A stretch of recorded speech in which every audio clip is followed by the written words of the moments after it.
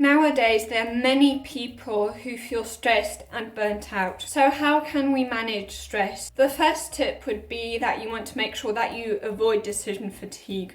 The state in which you're faced with so many options that you simply feel overwhelmed because you don't know which option to choose. Decision fatigue becomes worse, obviously, the more options that there are, which is why it's very important to prioritize. In Oliver Burkeman's book, he talks about how we want to feel limitless and how, especially in self-development, we all say that we are limitless, which, of course, as he explains, isn't the case because, unfortunately, we're all mortal. And this is exactly the reason why we need to prioritize. And he thinks that the reason why people, for example, try to multitask or try to do everything at once is because they want to ignore the truth that we can't do everything and that we aren't limitless. They want to pretend that they have an unlimited amount of time because the idea that we could die any second is kind of scary. Now, when it comes to decision fatigue, it's extremely important that you make sure that you're not a maximizer but a satisficer.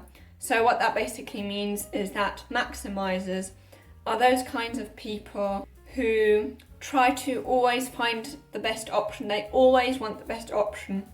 Where satisficers are those people who don't necessarily have low standards, which you may think, but satisficers are just people who are happy with options that are good enough for them.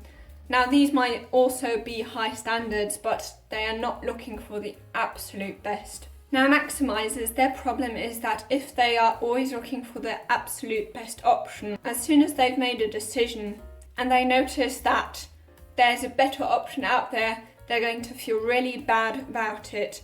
And of course, it's very difficult to find the absolute best option. And even when they don't necessarily know that there's a better option out there, already the thought that there may be something out there that is better also makes them feel bad. And that is why maximizers are way more depressed than satisficers.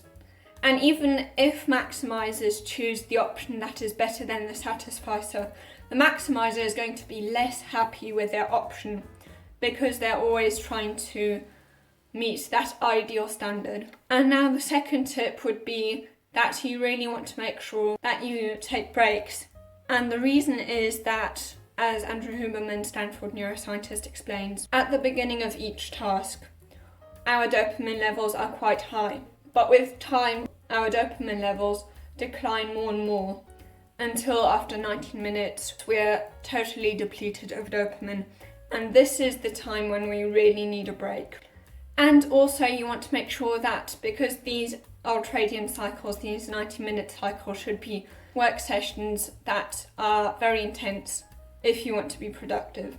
And of these really intense ultradian cycles, so 90-minute cycles, you can only take 2 to 3 a day, which coincides exactly with what Angela Duckworth says, because she also mentioned in a presentation of hers that we can only take 4 to 5 hours max of deliberate practice. So deliberate practice basically is this really intense work where you're working on your weaknesses. 3 90-minute cycles are exactly 4.5 hours. These ultradian cycles, or deliberate practice in general, is so intense that many world-class experts take naps after them because they just feel totally drained afterwards. So another tip for stress would also be to be okay with taking naps after intense working sessions. But what exactly should we be doing in our breaks to make them the most effective? So what you don't want to do is use your phone during these breaks, because breaks should be there to kind of calm down. And if you're stimulated the whole time, then that isn't necessarily very good for taking a break. A good way to spend your breaks, and this would be the fourth tip, to move, and if you can, in nature. There's studies that have shown that being in nature decreases stress, reduces rumination, and also reduces activation in the subgenural prefrontal cortex, which is associated with self-focused behaviour of withdrawal linked to rumination. And then the fifth tip would be that you don't want to have too high expectations.